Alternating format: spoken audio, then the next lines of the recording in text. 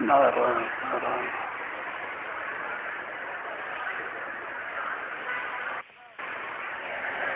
मानव जन्म की बड़ी महिमा गाई गई है।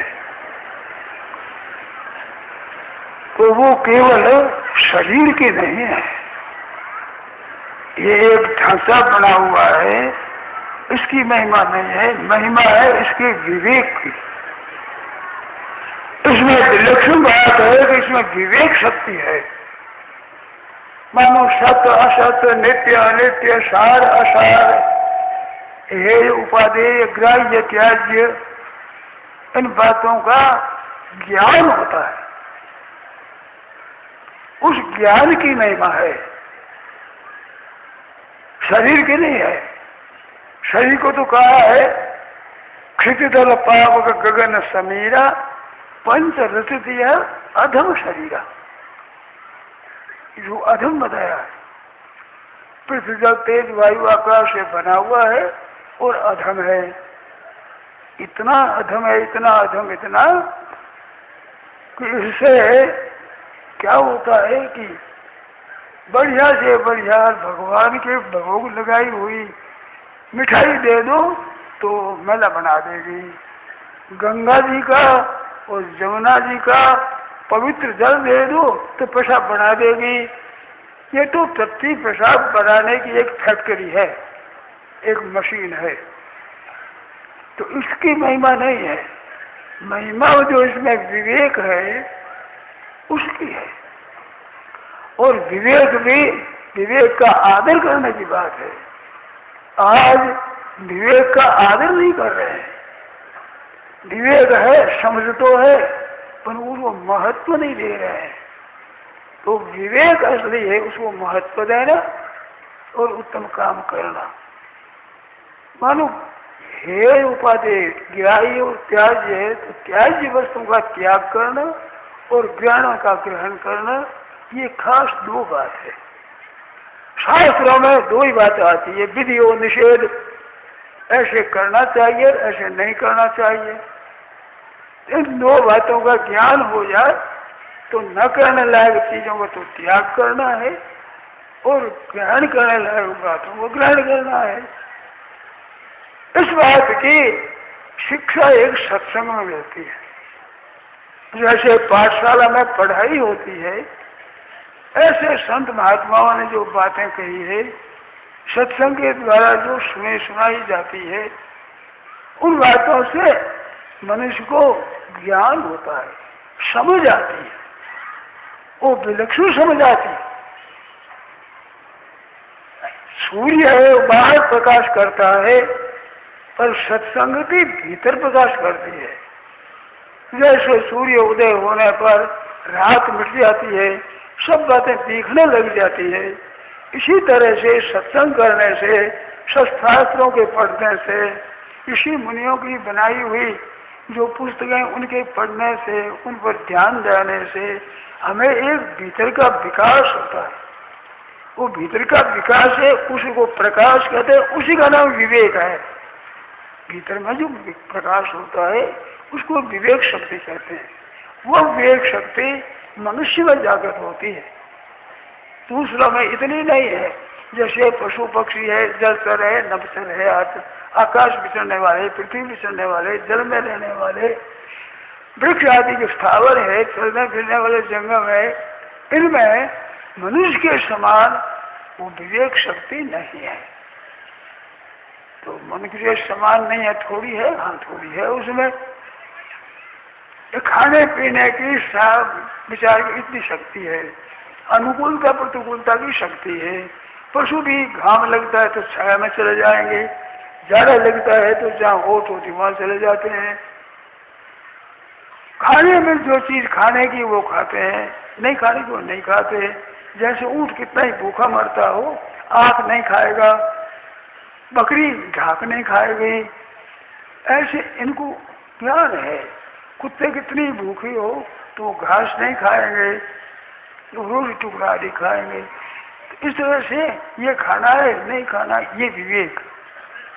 शरीर का निर्वाह ये यहाँ अनुकूल है, यहाँ प्रतिकूल है, ये शीत है, यहाँ घाम है, इस तरह का ज्ञान तो पशु पक्षी आदि में भी है, परंतु लोक और परलोक का ज्ञान ये नहीं है।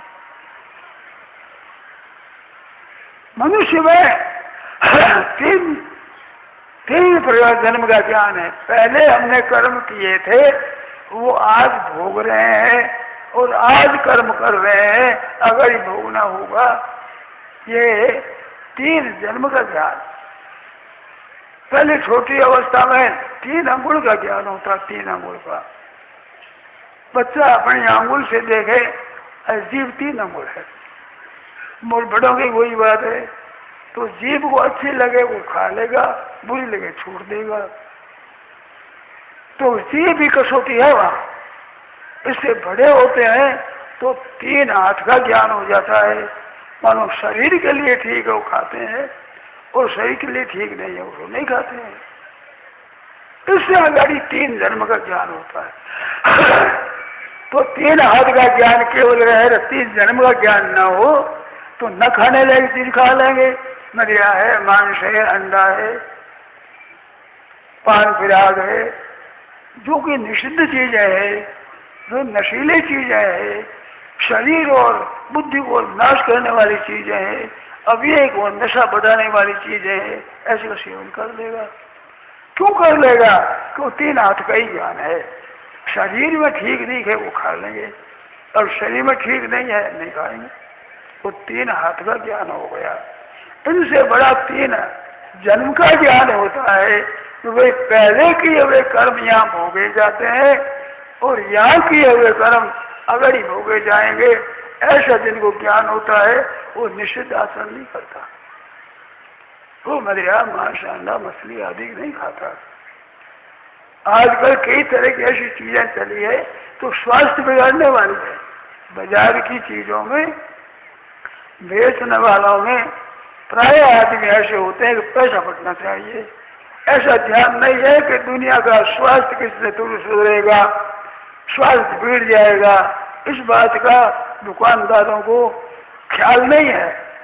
ज्ञान तो है अलबत्ता, परंतु उनका ज्ञान है केवल पैसा पैदा करना। पैसा रद्दी चीज भी बेच दें, पैसा पैदा हो जाए।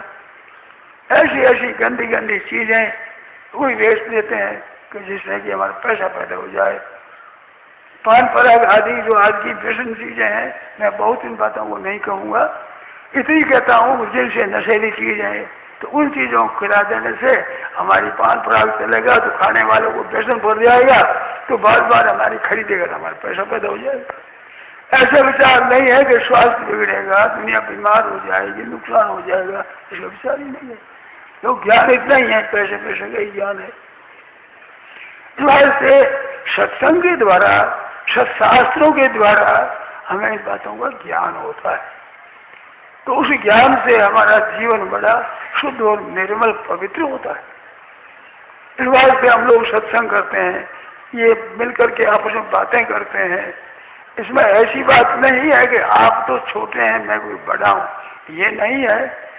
सब लोग सबको सुनने में मिल जाए इस वास्ते मेरे को ऊंचा टगा दिया और आप सुनने को बैठ गए, तो इसमें कोई बड़ा छोटा नहीं है। बात सुनने में सुविधा पड़े इस वास्ते। तो ऐसा भी मैं तो बड़ा हो गया आप छोटे हो गए, ऐसी बात नहीं है। सुनने वाले छोटे हो, सुनाने वाला बड़ा हो।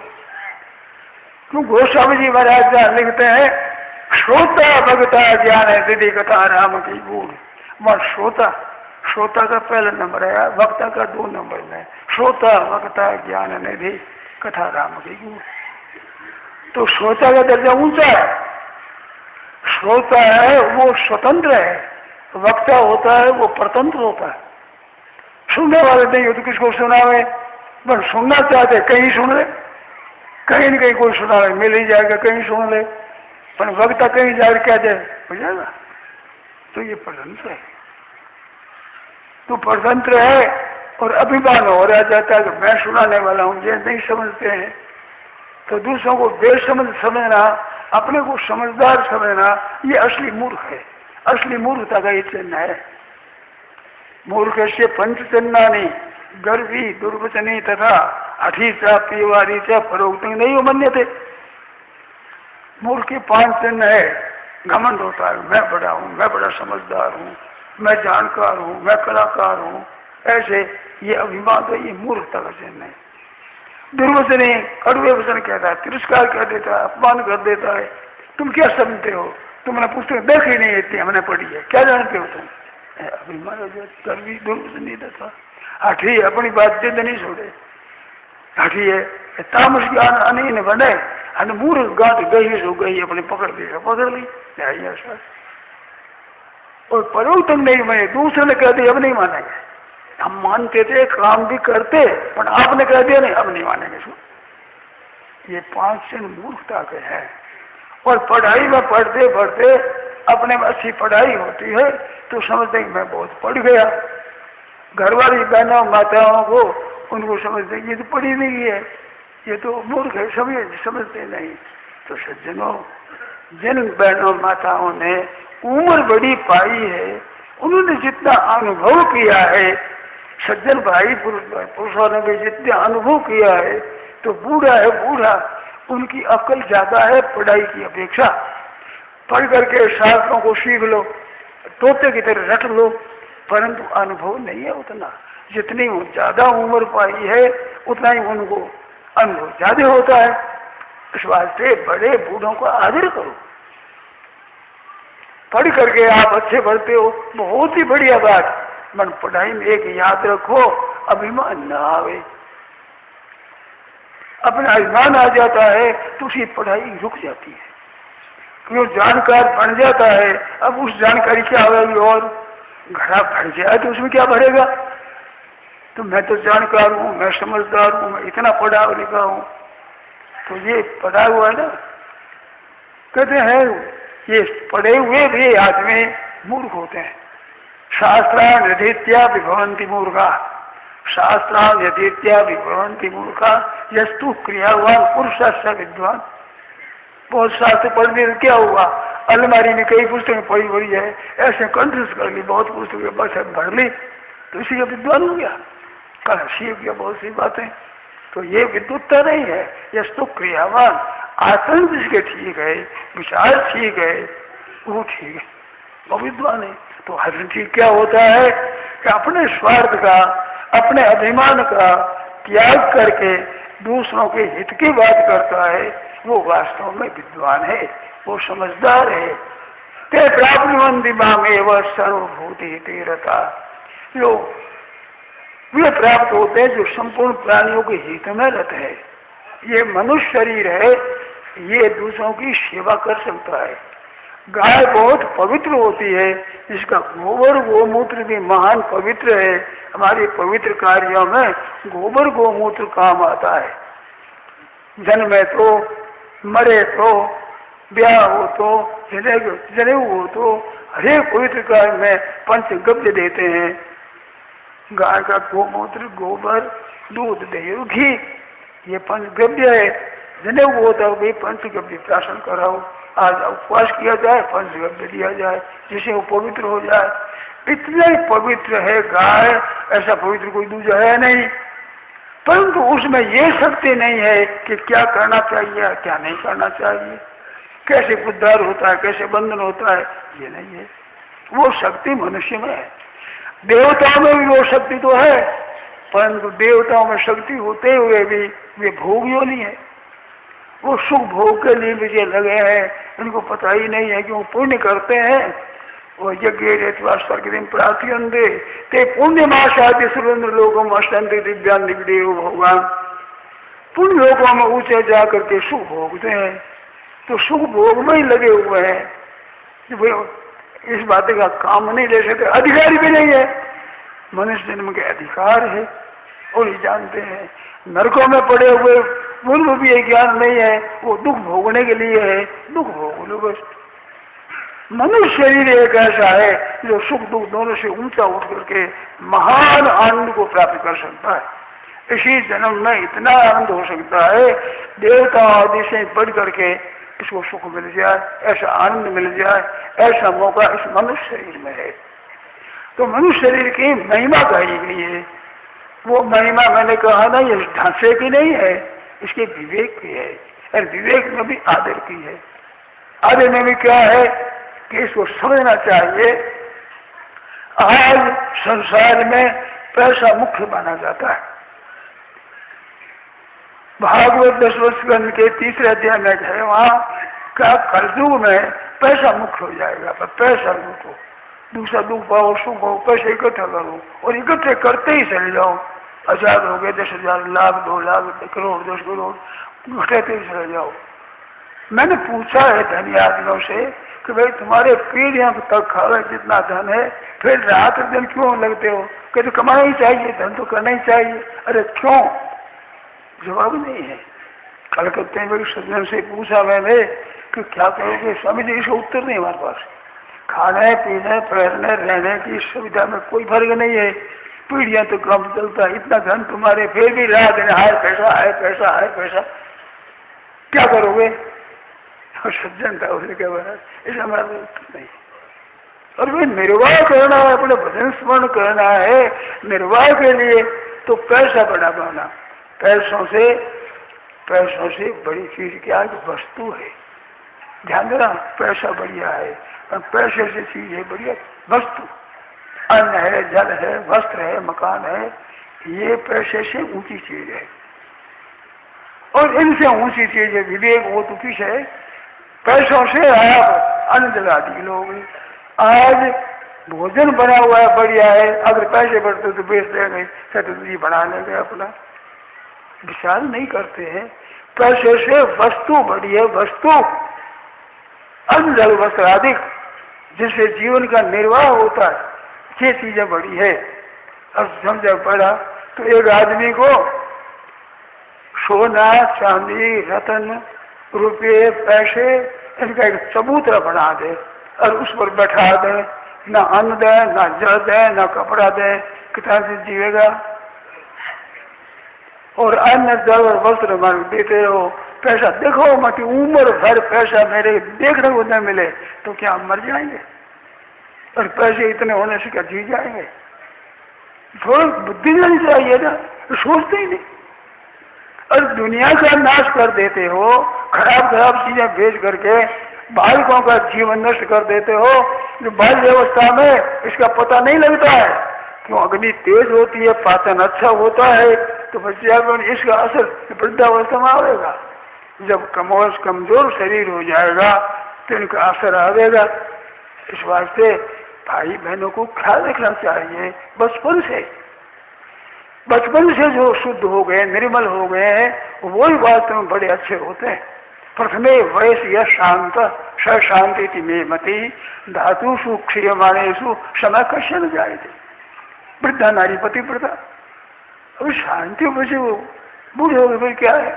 तो प्रथमे वयस यह शांति, प्रथम अवस्था में जो शांत है ठीक है। तो उनको क्या है कि वो पैसे का लोग बढ़ाते हैं, पैसे ही छोटी अवस्था में पैसा को नहीं होता, वो खाने की चीज का होता है। देखते गोदी में ये पैसा दिया, ले लिया पैसा, ऐसा असर पड़ता है। इस असर कि बस पैसा ही है, जो कुछ है संसार में पैसा ही है। टका धर्म टका कर्म टका ही परमम पदम, ये है टका नास्ती से टक टका है तेरा महाराज। बस पैसा ही पैसा है, पैसा ही पैसा। अरे भाई पैसा उपयोग में आता है तो वस्तु के द्वारा काम आता है, क्या स्वतंत्र पैसा काम आ जाएगा? स्वतंत्र तो चोर और डाकू लूटेंगे, हत्या करेंगे, नाश हो जाएगा। इस वास्ते पैसों से वस्तु बड़ी है, वस्तु से वृक्ष आदि ये बड़े, इस वस्तु होती है, पैदा होती है। इनसे जानवर जो चलते फिरते गाय भैंस भेड़ बकरी आदि ये बड़े हैं, ये दूध देते हैं, ऊन देते हैं, अपना जीवन देते हैं। वृक्ष भी फूल देते हैं, फल देते हैं, पत्ती देते हैं, और सूख जाने पर लकड़ी देते हैं, जिनसे निर्वाह होता है। तो ये बड़े, उनसे बड़े पशु पक्षी आदि गए, उनसे बड़े हुए मनुष्य, वो मनुष्य सबका प्रबंध कर सकते हैं। म्यूनिसिपालिटी में मनुष्य होते हैं, जाएंगे भेड़ बकरी भैंस गाय को ले आओ, ये क्या करेंगे? शहर का क्या संसार का प्रबंध करेंगे? क्या शहर का प्रबंध करेंगे? वे नहीं कर सकते। अपनी जगह भी ठीक बड़े हैं। उन मनुष्यों में भी अगर बड़ा है तो विवेक है, सत्य क्या है, असत्य क्या है, कर्तव्य क्या है, अकर्तव्य क्या है। अरे भाई भक्ष्य क्या है, अभक्ष्य क्या है, क्या खाना चाहिए, क्या नहीं खाना चाहिए, किसके साथ कैसा बर्ताव करना चाहिए, कैसा नहीं है, माँ बाप के साथ कैसा बर्ताव करें, भाई बंधुओं के साथ कैसा बर्ताव करें, ऐसे बर्ताव का जो विवेक है ये बड़ा है। आज शिक्षा में ऐसी बातें उठ गई है। पढ़ाई करते हैं, पढ़ाई में तो उनसे बन जाते हैं, परंतु आचार्य विचारों को ठीक नहीं देखते। मैंने देखा है बच्चा बच्चियों को लंबे हो बैठ जाएगा, ऐसे बैठने के होश नहीं, और पूछता है कपड़ा पहने के बहुत बढ़िया। बम्बई की कहीं की बात थी, एक लड़की थी पढ़ी लिखी जाती थी, और कमल कलम गिर गई नीचे, तो दूसरे को भाई कलम दे दी, क्योंकि इतना कपड़ा पहना, यूँ गई कपड़ा फट गया, यूँ हो गया कपड़ा फट जाएगा, तो इतना कपड़ा वो बढ़िया बांधते हैं, बढ़िया होगा सा। अरे बढ़िया क्या, उठने बैठने के भी सुविधा नहीं, ये क्या बढ़िया हुआ, लोग देख ले मेरे को अच्छा है, लोगों को दिखाने लगे बढ़िया हो गया, लोग वाह वाह करने बढ़िया हो गया। अरे लोग वाह वाह करने से फायदा तो अपना आचरण ठीक होने से होता है। हमारे को कोई लखपति कह दे, करोड़पति कह दे, तो क्या मैं धन बन जाऊंगा, और फिर पैसे नहीं है तो वो नीचे हो जाऊंगा। आप कोई भी पैसे से नीचे होता नहीं, आचरण से होता है। जिसका विवेक ठीक है, कर्तव्य का ज्ञान है, अकर्तव्य का त्याग है, कर्तव्य का पालन है, तत्व ज्ञान है, भगवान की बातें है, जानते तो ऊंचा है। पुस्तक बहुत पढ़ गए, तुम परमात्मा को पता ही नहीं। आजकल की पढ़ाई में महाराज क्या बताऊं, कोई बातें मैं सुनी हुई। एक कॉलेज में पूछा कि सीता जी कौन थी, कि राम जी की माँ थी। ऐसी बातें पढ़ते, बहुत ऊंची सी पढ़ते हैं, बात ये पता ही हो रही, और विदेशियों को बात सुनाते हैं, वैसा वो ये वही हुआ, ये दशा हो रही है। अब एक पढ़ाई वो पढ़ाई है जिसमें कि अपने को ज्ञान हो, अपने इतिहास का तो ज्ञान हो। कई वर्ष पहले मैं आसाम गया था, वहाँ कन्या पाठशाला में गया, तो वहाँ पुस्तक पढ़ी थी, मैंने देखी कि राम जी ऐसे हुए, तो राम जी वो जो राम जी की सीता चली गई, तो राम जी में डूब बोले प्राण दे दिया। राम जी की ये बात हुई पढ़ाई की पुस्तक में, ये बात। या बीकानेर में एक सदनेश में अंग्रेजी पढ़ाई, जिसमें कहते हैं गऊ का मांस बहुत बढ़िया होता है खाने के लिए, ये पढ़ाई में रखी हुई पुस्तक है। मैंने यहाँ पीरापुर जो यहाँ की गौशाला है, उसमें उत्सव था, उस उत्सव में मैंने कहा कि ये जो पढ़ाई करते हैं बच्चों को, मांस बहुत बढ़िया होता है, गाय का मांस बहुत बढ़िया होता है। ईसाई लड़का उनके संवाद दिया है, वो ऐसी बात है। तो मेरे व्याख्यान के बाद, मैं नाम तो नहीं जानती, एक ब्राह्मण थे, वो उठे, कहते मांस का वर्णन तो भागवत में आता है, चक्र सुश्रुत में आता है। मैंने को बोलने दे, मैंने बोल चुका पहले, नहीं तो मैं नता ले लूँ सही तरह से, परंतु क्या करी, वो बता रहा है ऐसे।